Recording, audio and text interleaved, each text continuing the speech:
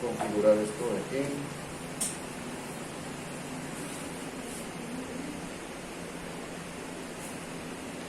Ok, ahí está. Muy bien. Pues pueden ver ahí, cristianos paternales. Vimos la parte A, que básicamente era esto. ¿Sí? Estuvimos viendo como una madre. ¿Sí? Eso lo vimos hace, no sé, creo un mes o hace 3 semanas. Entonces Pablo dice, todos, no nomás porque hay gente que toma más para el liderazgo, no, todos los creyentes tenemos que ser lo suficientemente paternales como una madre. ¿Cómo? Ahí está. Esos son los puntos que menciona Pablo en ese pasaje. Entonces todos debemos imitar estas características. Todos debemos de buscar en el Espíritu Santo estas características para aplicarlas ¿con quién? Con nuestros hermanos de la iglesia. Porque es muy fácil acá afuera. No, es aquí. La responsabilidad primaria es aquí.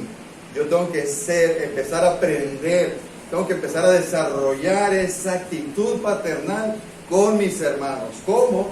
Siendo más bondadoso, siendo protector, siendo afectuoso y siendo sacrificado. Esto hace como 3 semanas que lo di, creo que sí. Para mi tristeza, han pasado 3 miércoles y no he oído a alguien que diga, vamos, quiero que pidamos oración por la iglesia para que seamos más paternales, dije yo. O sea que el sermón que di, para afuera, no sirvió. ¿No? Tristemente. No hay carga entonces, quiere decir. Pero bueno, ni modo. Este pasaje lo leyó ahorita mi hermano. La verdad es bien sencillo en el sentido teológico. Es muy sencillo, son temas, puntos, características que por años le hemos escuchado, ¿verdad? El problema radica, ya lo dije la vez pasada, que todos van a captar, cuando menos la idea central, todos la van a captar. Esa es la ventaja de ese tipo de sermones. Todos van a entender la idea central, el ser paternal lo van a captar. Tal vez se te olvide un puntito, otro puntito, el tercer punto, nada más. Pero el problema es que algunos van a decir, yo estoy bien en eso, si soy lo suficientemente paternal, entonces no van a cambiar. Otro va a decir, bueno, sí, cierto, me falla ahí en el segundo, en el tercer punto, pero la verdad no estoy tan incómodo para cambiar. No va a pasar nada. Otros no lo ven tan esencial porque esta doctrina no está hablando ni de la salvación, no está hablando ni del infierno.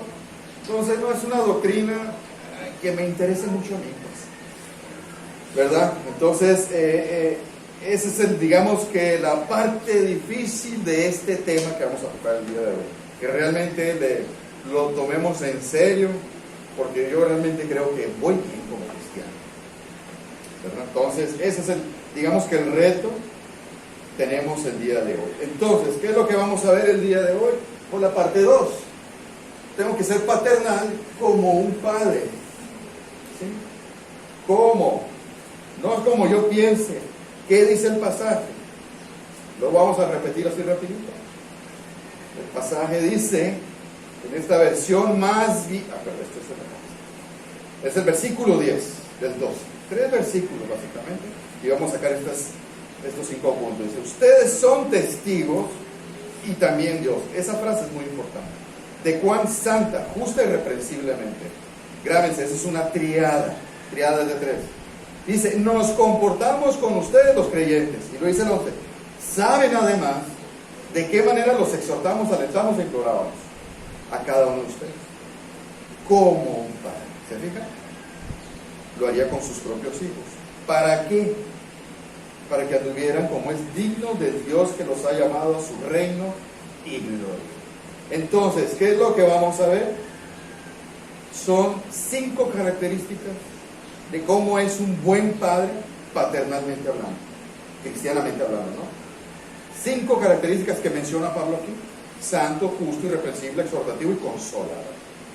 Y el propósito. Está fácil. Y son cosas que todos ya lo hemos oído. El punto es saber apropiarlo y decir, sí, cierto, necesito mejorar en esta y hacerlo. Ese es el reto. Entonces, veamos el primer punto. Primero, ahí en el versículo 10 es muy interesante que dice que los tesalónicas eran testigos, dice Pablo, de su comportamiento paternal, ¿verdad? Dice, pero además dice algo muy serio. Dice, ustedes son testigos y también Dios. Dije yo, bueno, es muy temerario de Pablo decir eso. La ley prescribía que debe haber 2 testigos como mínimos para algo. Y Pablo menciona 2 testigos, ustedes y Dios. Te pregunto, ¿tú te atreverías a poner a Dios como testigo de tu vida? Y yo no, ¿verdad? Pablo sí. Pablo sí, porque él estaba seguro de su comportamiento que tuvo ante ellos. Eso es bueno, eso es bueno. El día de hoy mucha gente en el mundo usa una expresión, ¿no? Pero lo hacen de una manera para sonar convincentes. Te lo juro por Dios, dice, ¿no? Que más que poner a Dios como testigo, lo que ellos quieren hacer es para que veas que lo que yo digo es verdad, hasta Dios estoy poniendo, pero no saben lo que están haciendo, ni tienen idea de lo que están haciendo, ¿verdad? Entonces, no es que Pablo esté incorrecto, al contrario, Pablo está demostrando que es una persona tan íntegra que ustedes fueron testigos de cómo me comportamos nosotros, y Dios también. Su conciencia totalmente tranquila, porque él fue íntegro. Ahorita vamos a ver un poquito más de eso, ¿no? Es decir, acuérdense, el contexto era, la iglesia era perseguida, el equipo misionero era atacado, blasfemado, calumniado. Entonces dice Pablo, ustedes tienen algo que decir, ustedes me vieron, y Dios es testigo también. ¿Hay algo que acusarme? Dice Pablo, yo no soy mentiroso y tengo la conciencia tranquila. Cuando estuvimos con ustedes, nos comportamos correctamente, fuimos amorosos con ustedes, como una madre fuimos bondadosos, protectores, afectuosos y sacrificados. Pero además, nos hemos comportado como un padre, santos, justos, intachables, exhortativos y consoladores. Aunque nuestros adversarios estén hablando mal de nosotros. Y ustedes lo saben muy bien. Eso es lo que está haciendo Pablo. Y Dios es testigo de eso. Wow. Porque es íntegro. Ese es el punto. No que no lo hagamos, sino ser lo suficientemente íntegro para poner a Dios como testigo, ¿no? Hay personas que se quieren justificar en su camino, ¿verdad? Vamos nosotros, ustedes les ha tocado también, los exhortan, los animan, les dice, hermano, congrégate, ama a los hermanos, pasa por alto esta ofensa, sé más consagrado, todo esto, y cuestionas a veces su proceder o su caminar, y ellos te dicen, hey, Dios sabe mi corazón, ¿no? Su excusa es un argumento muy común que usan ellos para decirte, no te metas en mi vida, Dios sabe lo que hay en mi corazón, no me digas, te lo estoy viendo, lo externamente, cómo estás caminando, claro que puedo decirte. A eso iba Pablo. ¿Qué cosa tienen que yo hice, vi o dije externamente? ¿Qué cosa tienen? Le dicen los tesalónicos, nada, y Dios es testigo. Pero ese tipo de hermanos, si quieren ir a algo espiritual supuestamente, Dios sabe mi corazón, ¿por qué no he ido a la iglesia, hermano? Y casi se les quiebra la voz, ¿no? Ya te convence, y dices tú, wow, no, drama, no, ¿verdad? No me juzgue, hermano, no sea tan incomprensible, usted no sabe por qué no he ido a la iglesia. ¿Cuál es el problema? Que sí sé por qué, pero tú no,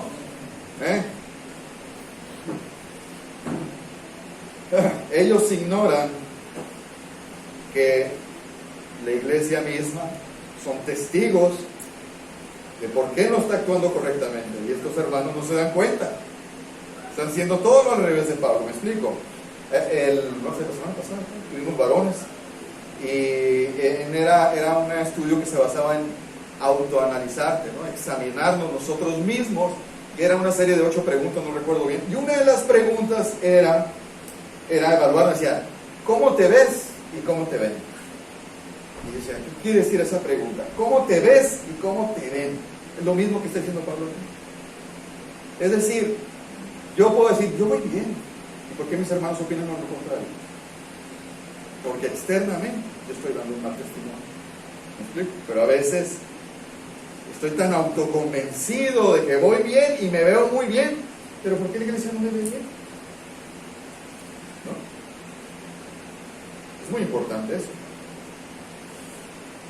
Es decir, ¿qué concepto tienes de ti mismo como cristiano? ¿Cuál es el concepto que tienen los hermanos de hoy? ¿Por qué es diferente? Ahorita Tony mencionó algo en el estudio. Normalmente, casi siempre, tenemos un concepto más elevado del que deberíamos de tener. Y mencionamos que el inmaduro, el que anda en pecado, el bebé espiritual, no lo sabe qué es. No sabe qué es el bebé espiritual. Y es triste porque ellos mismos no se ven bien, pero los que tienen más discernimiento de la iglesia sí lo ven. A eso se evocaba Pablo. Decía, ustedes son testigos. ¿Tienen algo que decirme?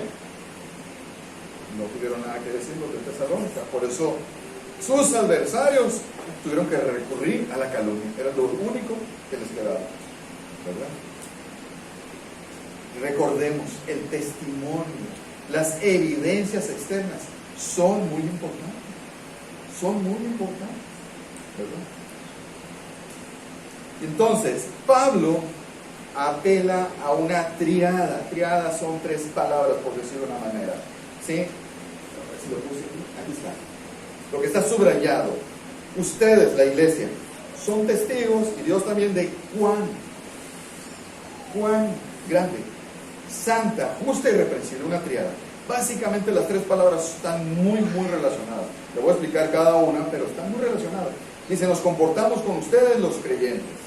Básicamente dicen, ustedes han visto evidencias externas de mi testimonio y de mis hermanos misioneros. ¿Sí? No, es que ustedes no saben lo que siento en el corazón. No recurras a eso, hermano. Eso es sumamente subjetivo. ¿Sí? Lo que se ve, ¿cómo estás viviendo? ¿Sí? Evidencias externas.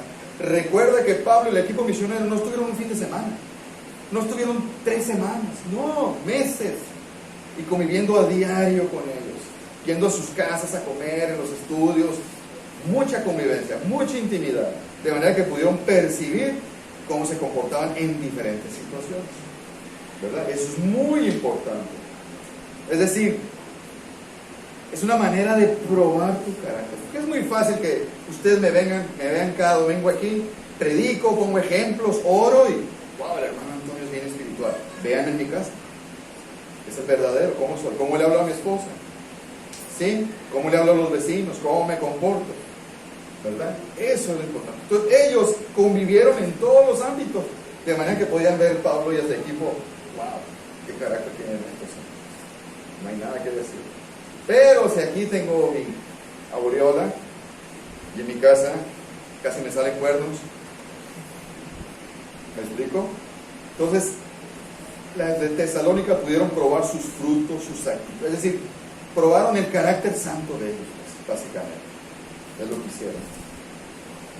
Tristemente, la iglesia, como la nuestra, es difícil, porque a veces la distancia, los tiempos no nos permiten tener tanta convivencia, de manera de practicar y conocernos. Eso ha sido una barrera. Algunos la usan de pretexto. Vengo el domingo, saludo al hermano, termino el culto y vámonos. ¿Para qué? Para no convivir tanto, que no me pregunten, y así no me exhortan, y así no se enteran. Dios, perfil bajo, vámonos. Y pasa otro domingo. Todo lo contrario que hacía Pablo y los misioneros. Se quedaban después de las enseñanzas, seguían conviviendo, en la semana se volvían a ver, se visitaban mutuamente. Y es una manera en donde ahora sí nos podemos ayudar. Sí. Una de las cosas que no reclamé yo, pero le hice ver a mis padres, le dije, una cosa es vivir juntos y otra cosa es convivir. Ustedes me vieron crecer, pero no me conocieron. Y yo a los 19 años me fui y no me conocieron. Yo lo hice con mis hijos. Traté de no cometer ese error. Vivían mis hijos, pero traté de conocerlos para así poder ayudarlos. Si no los conozco, ¿qué consejo les voy a dar? Eso es ser paternal, ¿me explico? Porque es muy fácil que estén ahí, lo veo en lavar la comida, lo veo cuando se duerme y ¿cómo piensa tu hijo? ¿Qué gustos tiene tu hijo? ¿Qué inclinaciones tiene tu hijo? ¿Sí? Entonces, es una de las cosas que como hermanos tenemos que aprender, intimar más, buscarnos, no nomás vernos el domingo. No nos vamos a conocer así. ¿Sí? Entonces, el primer punto es santo. Pues es santo, ¿verdad? Ahora, este es un adverbio. Un adverbio, clase gramática, afecta al verbo. ¿Y cuál es el verbo? Comportamos. Entonces, Pablo está diciendo que nos comportamos santamente. ¿Y qué quiere decir con santamente? Hay dos palabras para santo en el griego. Esta palabrita que en griego lo que quiere decir es más que nada alguien devoto, piadoso, consagrado a Dios. Sería eso.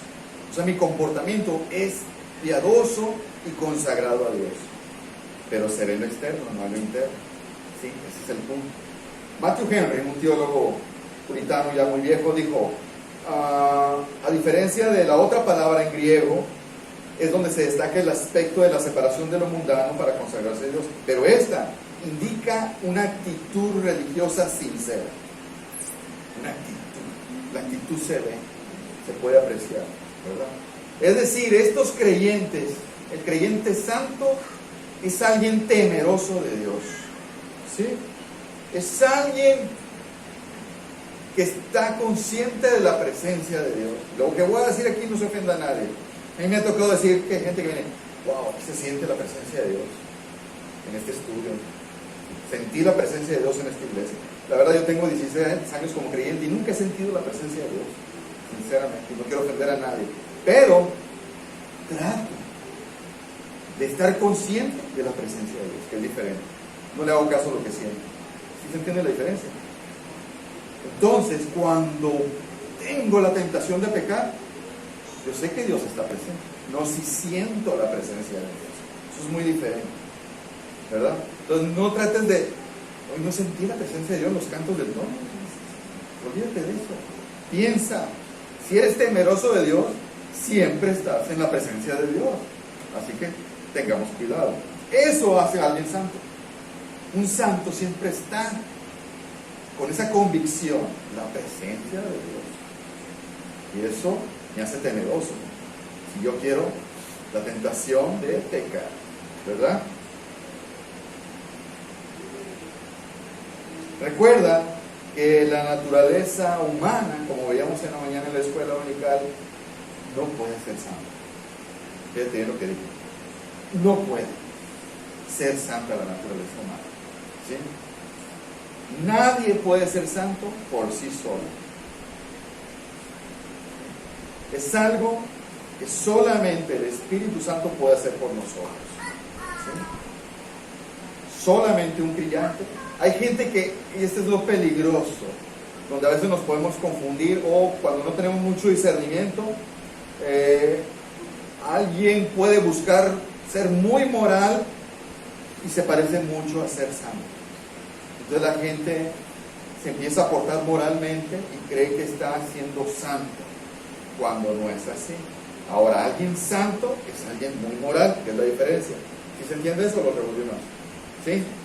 Entonces, ese es el problema. Es que a veces me ha tocado que me dicen, el hermano, dice, se ve que es bien consagrado. Y yo conozco al hermano, no para juzgar, pero bueno, no es consagrado. Es religioso, o es muy moral, pero no es consagrado a Dios, no es santo. Pero la gente que tiene poco discernimiento ve cosas, apariencias, y se deja engañar. Pero el punto no es pensar en los demás, el punto eres tú. Tienes que definir y delinear y separar la diferencia entre ser moral y ser santo. Tienes que buscar santidad. Tú como padre, paternalmente con los hermanos, ¿no?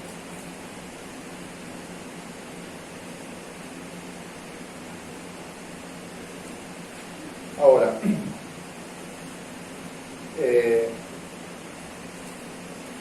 está el punto también de muy similar a la moralidad, es la religiosidad, que eso nos puede llevar a confundirnos, ¿sí?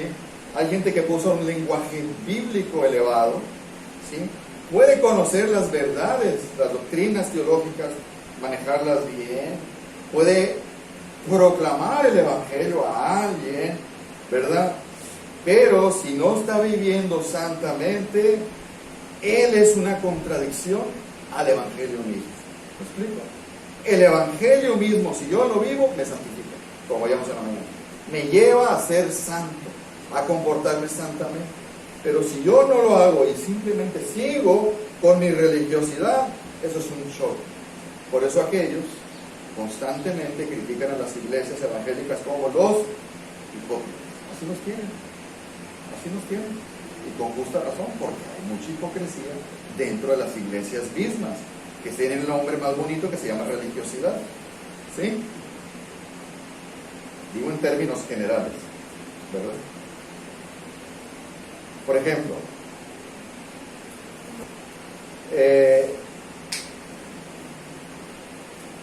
el ser santo es una persona espiritual, es alguien que tiene reverencia a Dios.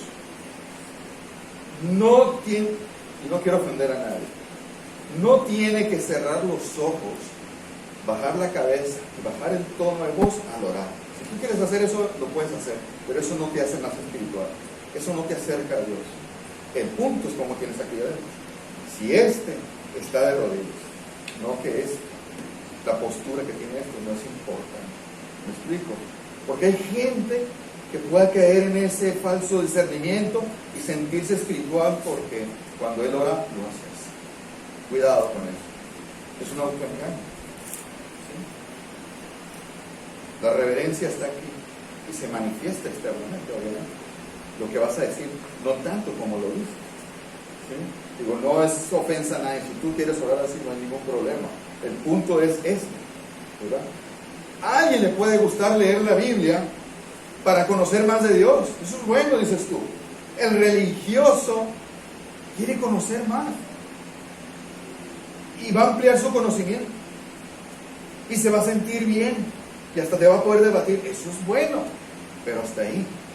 El santo, ¿sí?, estudia para conocer más de Dios, para amarlo más, comprenderlo más y obedecerlo más. ¿Te entienden la diferencia de un religioso a un santo?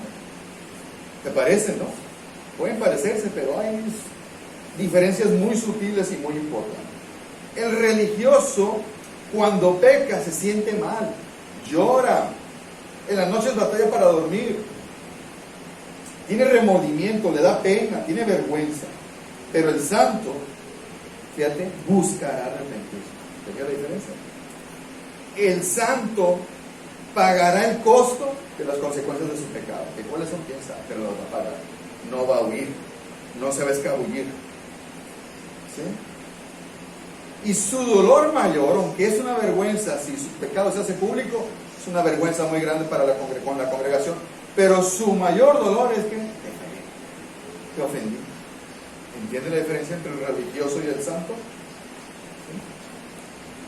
Por eso debemos evitar solamente la moralidad o la religiosidad y buscar el comportamiento santo con mis hermanos, para que mi palabra no tenga tropiezo.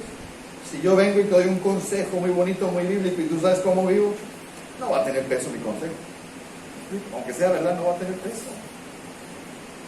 Esa es la primera. Debemos comportarnos santamente con los hermanos.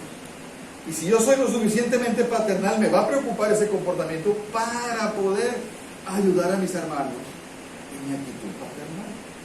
Es como si un padre biológico no le importa, dice la esposa, que no te ves cómo estás hablando y los niños te oyen, que no te ves cómo actúas y lo que dices los niños te están oyendo y a él le vale.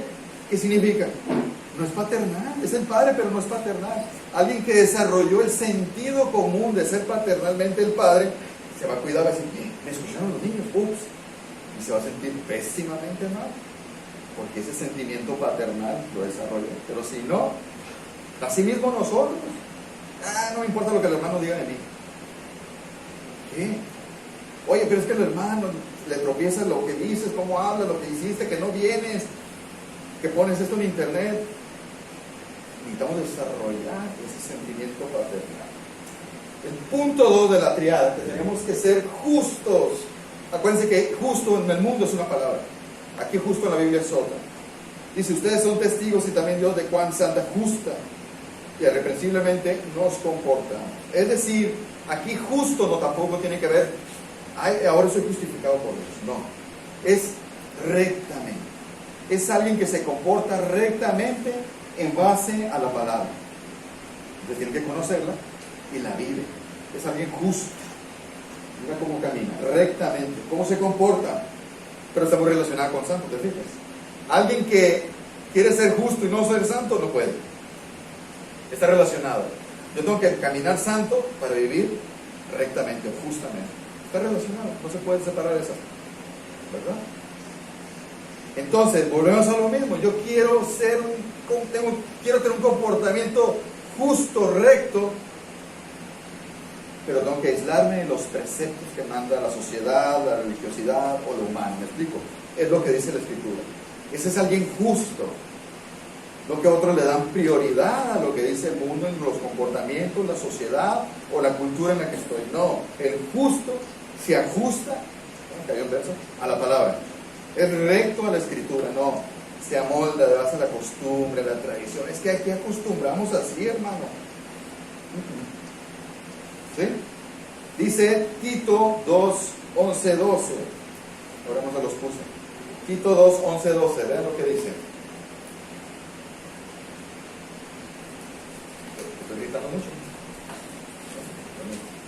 Dice, porque la gracia de Dios se ha manifestado, trayendo salvación a los hombres. Esa es la razón, dice Tito, ¿no?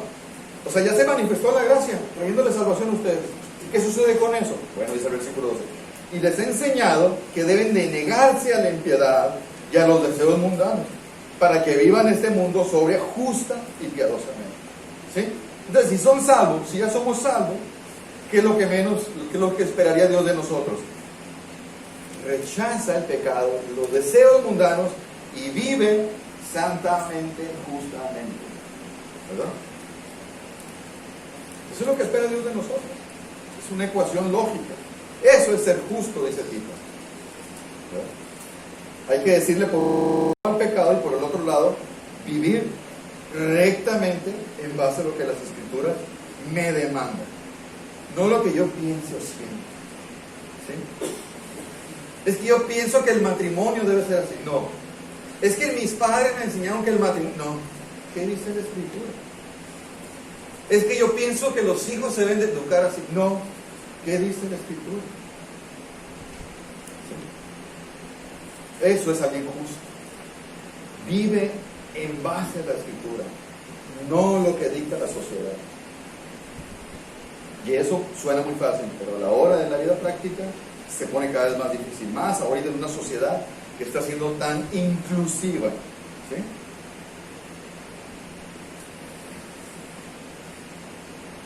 Entonces, tenemos que ser paternalmente, comportarnos de una manera santa y justamente. Tercero, y lo hemos visto mucho, irreprensible. Está bien larga esa palabra. ¿Qué significa irreprensible? Acuérdense que las dijo juntas Pablo, ¿no? Esto tiene que ver con culpas, acciones negativas, actitudes incorrectas, ¿verdad? Irreprensible vendría siendo algo así como que no haya nada de lo que te tengan que acusar, que sea verdad, ¿verdad? Algo así sería, ¿me explico? No hay nada que podamos decir de el hermano, ¿sí? Pero cuidado. Hace muchos años me enseñamos sobre esa palabra y salió una hermana y empezó a señalar supuestamente puntos deficientes del carácter de esa persona. Le dijimos, espera, no estamos hablando de perfección. La perfección nadie la tiene. No existe la perfección en ningún hermano. No estamos hablando de eso. Ninguna persona está exenta de pecar, ¿no? Nadie es absolutamente irreprensible, nadie. Si pudiéramos husmear el corazón de cada quien, todos seríamos acusados de algo, ¿cierto o no? Aquí básicamente estamos hablando más que nada de evidencias externas, ¿sí? De algo que yo vi, yo oí y observé que el hermano hizo, dijo, pero si no hay nada, es irreprensible. ¿Sí me explico? No sé si está muy confuso alguno. Así que Pablo aseveró, dijo, nosotros somos irreprensibles. Ustedes son testigos y Dios también. Y tuvieron que inventar calumnias, ¿verdad? Y así debería ser con nosotros. Que para que algo nos señale, tenga que ser falso, tenga que ser una mentira. ¿Sí? Acuérdate en las bienaventuranzas, Mateo 5:11, mira lo que dice el Señor Jesús. Qué afortunados son, fíjate cómo dice. Qué dichosos son cuando los insulten y los persigan. ¿Qué te parece eso? Y digan todo género de mal contra ustedes. O sea, qué afortunados son cuando los persiguen, los insulten, los maltraten y les digan un montón de cosas feas a ustedes. ¿Pero qué dicen? Falsamente. Es decir, qué bueno, porque eso quiere decir que están caminando bien, que tuvieron que recurrir a la mentira para poder acusarlos. Qué bien si es así. Pero si no es así y lo que dicen es verdad, qué tristeza para el testimonio de esa persona. Dejó de ser irreprensible. Es reprensible ahora. ¿Me explico? Tito 2:10. Tito 2:10. Es muy importante este versículo. Mira cómo dice: no defraudando, sino mostrando toda buena fe, para que adornen la doctrina. ¿Qué significa esa palabra? De Dios nuestro Salvador con todo. Eso tiene que ver con el testimonio. Las personas se salvan solamente por el Evangelio, pero es mi responsabilidad no poner tropiezo. ¿Me explico? Es como decía ahorita, si yo quiero ir y compartir la palabra, pero el amigo sabe que trato mal a mi pareja, sabe que cuando viene Coppel me escondo, ¿estoy adornando el Evangelio? ¿Estoy adornando la doctrina? Al contrario, estoy poniendo tropiezo. Esa gente no va a querer venir a la iglesia ni al Señor por mi culpa. Entonces, en vez de adornar, estoy pisoteando la gracia de Dios. ¿Me explico? Sí, si esas personas, ese campo misionero que tenemos, queremos compartir o queremos que vengan a Cristo, pero oyen cómo le hablo a mi pareja, oyen mi lenguaje.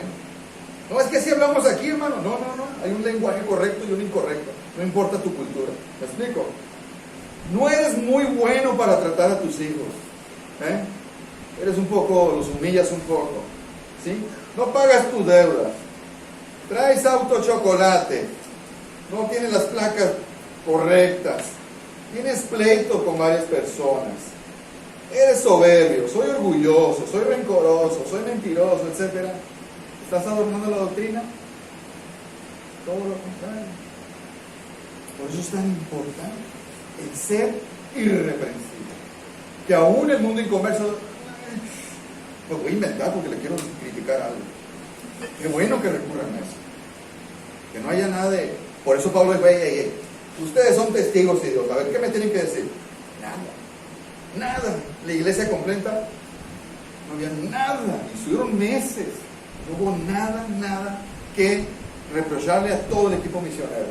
Qué tremendo, porque ellos se comportaron santa, justa y irreprensiblemente. ¿Verdad?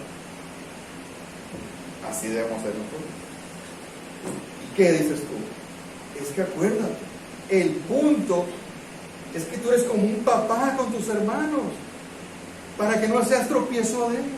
Entonces trata de ser así, alguien irreprensible. Tú sabes, eso tiene mucha aplicación, mucha implicación.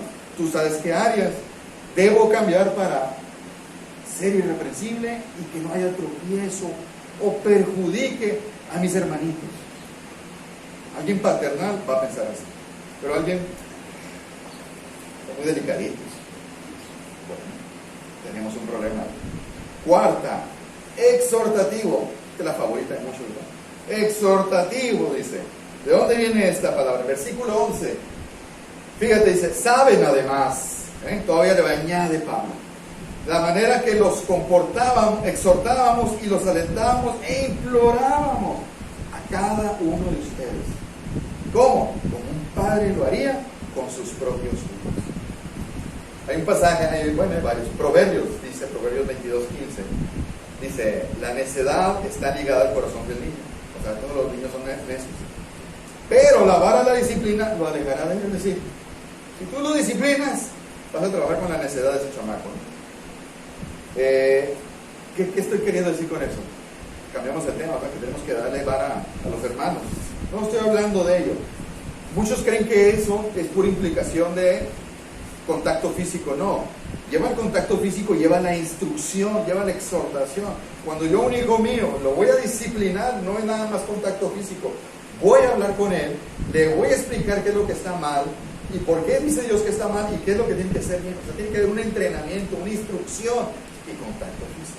Es decir, exhortación. Todos los que tratamos de ser buenos padres, exhortamos a nuestros hijos, ¿sí o no? Pregúntenle a los hijos. Bien que saben cuando los exhortamos, bastante bien lo saben. Entonces,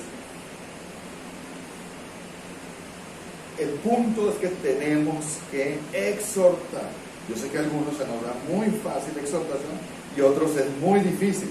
Ahora, ¿qué es exhortar? Porque hay como una connotación negativa a la palabra exhortación. Voy a tratar de explicarla. Mateo 8:5, acompáñenme todos ahí. Mateo 8:5 y 6.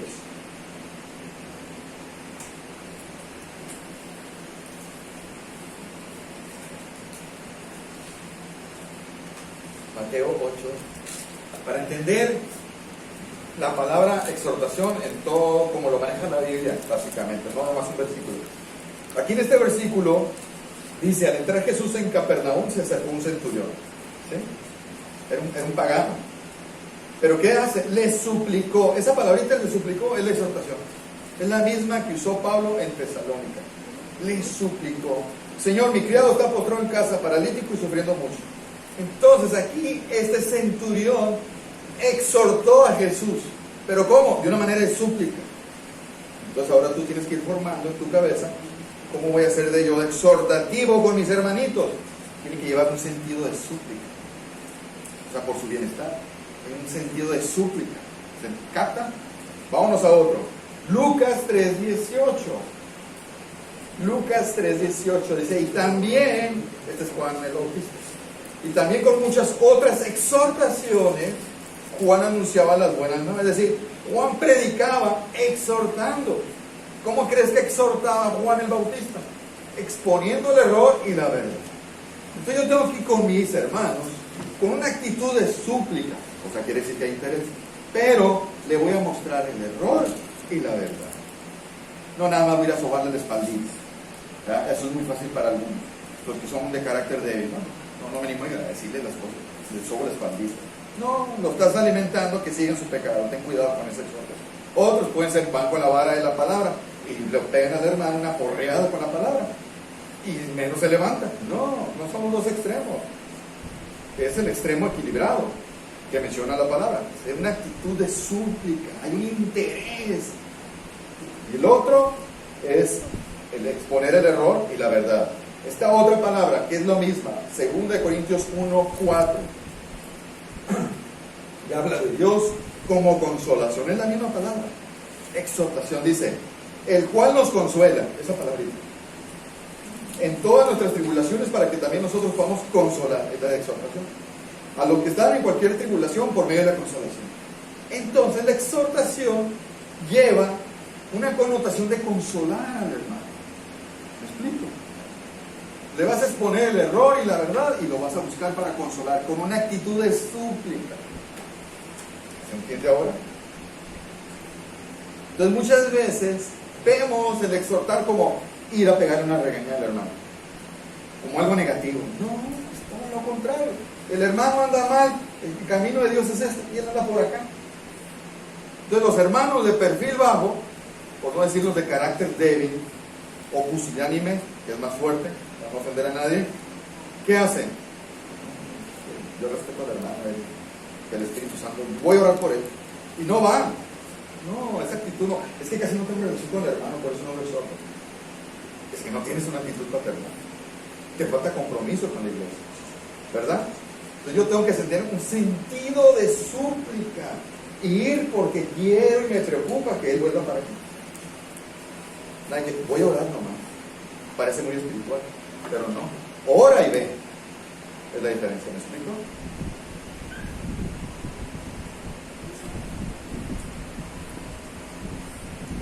Ok, última característica, pero no último punto, ¿verdad? Última característica, consolador. ¿De dónde sale? Del versículo 11 dice, saben además ¿De qué manera los exhortábamos, los alentábamos e implorábamos? Esas dos palabritas básicamente vienen juntas y significan alguien que consuela. ¿Sí? Ahorita lo explico un poco más. Esta palabrita, alentar, es similar a animar, ¿verdad? Dice aquí un teólogo, se emplea con referencia especial a los desalentados, o sea, desanimados. Es un verbo con fuerte connotación emotiva. Presume la capacidad de compartir las cargas unos de los otros y de simpatizar con el sufrimiento, con la idea de traerle consuelo, ¿te fijas? Entonces yo como mi sentimiento paternal que yo debo desarrollar es de alguien consolador. ¿En qué sentido? Que yo voy a simpatizar con la situación. A ver, pues por algo estará pasando así, ahí se le echa. ¿Quién le manda? Fíjate, tiene 3 domingos que no viene. Pues claro, el Señor lo está disciplinando. Espérate, a lo mejor lo que dices es verdad, pero no lo hables así, porque no te estás viendo nada consolador. ¿Sí? Es alguien que simpatiza. Hay gente que nunca va a leer un libro cristiano, que hay gente que nomás va a leer la Biblia los domingos que viene aquí. No puedes esperar que tenga el mismo comportamiento, crecimiento, actitud tuya. No estamos diciendo que está bien, pero es todo lo que va a dar el hermano. Entonces yo tengo que ser lo suficientemente maduro, simpatizar con su situación, no dije que apoyar su pecado, simpatizar con su situación, ¿verdad? Emotivamente entenderlo. No todos los hijos biológicos que tenemos son iguales, ¿no? Hay unos que salen más brillantes que otros que pues no salen tal vez con muchos talentos. ¿Qué? ¿Cómo los tratas? No los tratas igual, ¿cierto o no? A veces somos muy paternales con el más débil, el que parece que no tiene muchos talentos, ¿cierto o no? Es lo que hacemos. Entonces, ¿por qué no hacemos eso con nuestros hermanos en Cristo? Los tratamos con la vara, ¿no? No podemos hacer eso.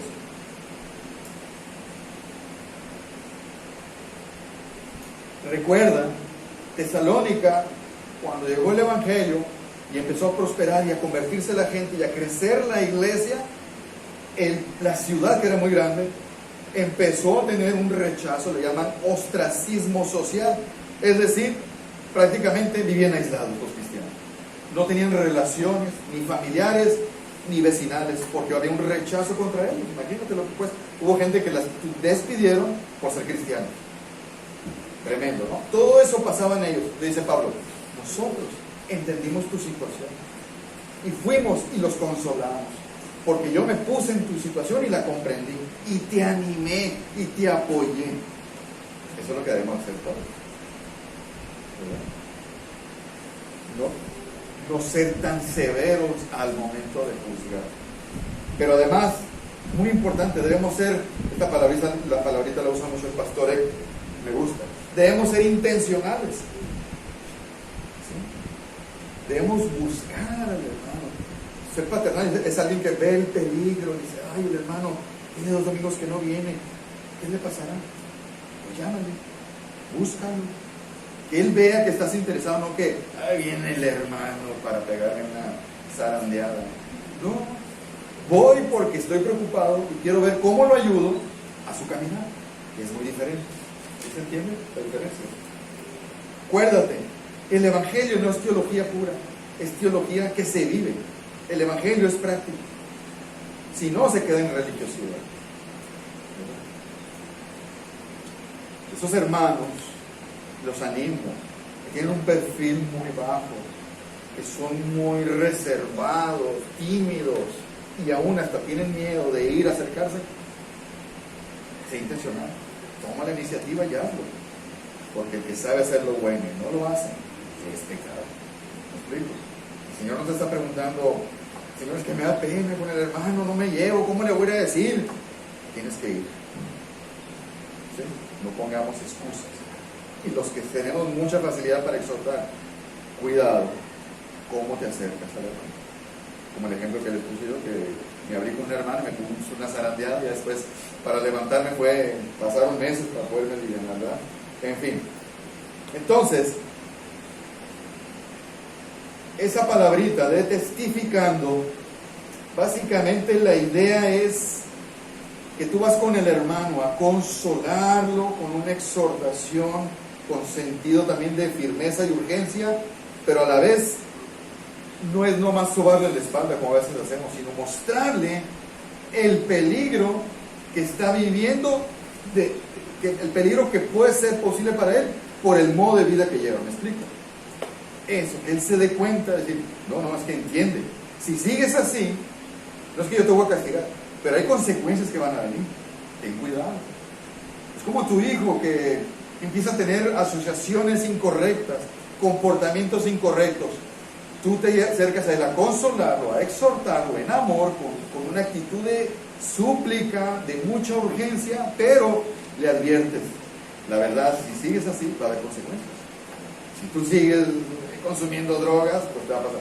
Si esto, lo otro, ¿me explico? O sea, tú le adviertes, no por falta de amor, todo lo contrario, por amor le adviertes y le haces ver las consecuencias que puede haber por su comportamiento. Pablo advertía.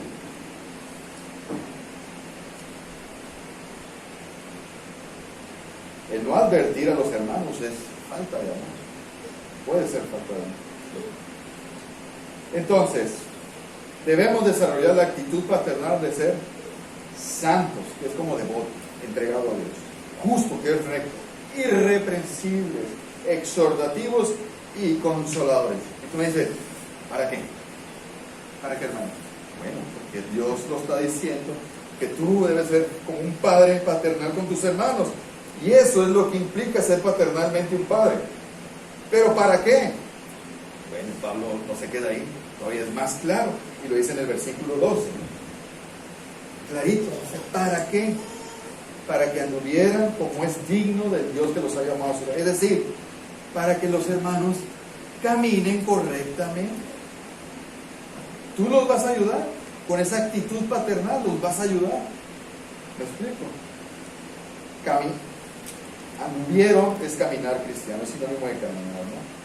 Como es digno, es lo que se espera de una persona que se dice cristiana, es lo que se espera de una persona que dice que nació de nuevo, un caminar digno, pero a veces van a ocupar ayuda de los hermanos paternales.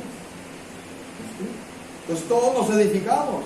Si yo me empiezo a desviar, espero que muchos de ustedes se acerquen con esa actitud paternal a ayudarme a regresar, no dejarme. Porque si me dejan que me embarre y me hunda más en mi pecado, están mostrando que no me aman. Y que no son esos, que dice César.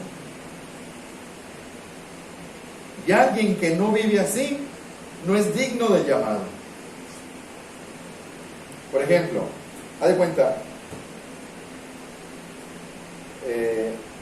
que yo busco un amigo mío, humanamente hablando, y lo trato de maravilla, y hago fiesta, hago un testamento y lo pongo a él en el testamento, ¿verdad? Que reciba igual de la misma herencia que mis hijos. No hay nada, pero bueno, lo voy a poner ahí con mis hijos, ¿verdad? ¿Qué debería esperar yo de ese amigo? ¿Ingratitud o gratitud? Un comportamiento digno después de todo lo que hice por él. Eso esperaría yo, ¿no? ¿Cierto o no? ¿Qué hace Dios? Dios te llama, Dios te salva, Dios te da herencias que están allá, una morada para vivir eternamente, un montón de promesas, ¿sí? Cambia tu vida drásticamente. ¿Qué esperaría él? Un caminar digno de un verdadero creyente. ¿Me explico? Pero dice, como sé que no somos muy fieles, por eso entre todos nos debemos ayudar y desarrollar actitudes paternales para que entre todos nos ayudemos. Eso es lo que está diciendo Pablo básicamente, ¿verdad? El no hacerlo es pisotear la gracia de Dios, es pisotear su amor. Todo lo que hizo por él, por mí, yo, son muy, como decía la vez pasada que le dije que una hermana dijo que el pastor Brian y yo somos muy perfeccionistas, exigimos perfección. No, dije, la palabra dice que sean santos, nomás imagínate qué significa eso. No es que nosotros lo exijamos, no es así, ¿no? Entonces, tenemos que ser paternales, como un padre, santo, justo, irreprensible, exhortativo y consolador. Amén. Oremos pues.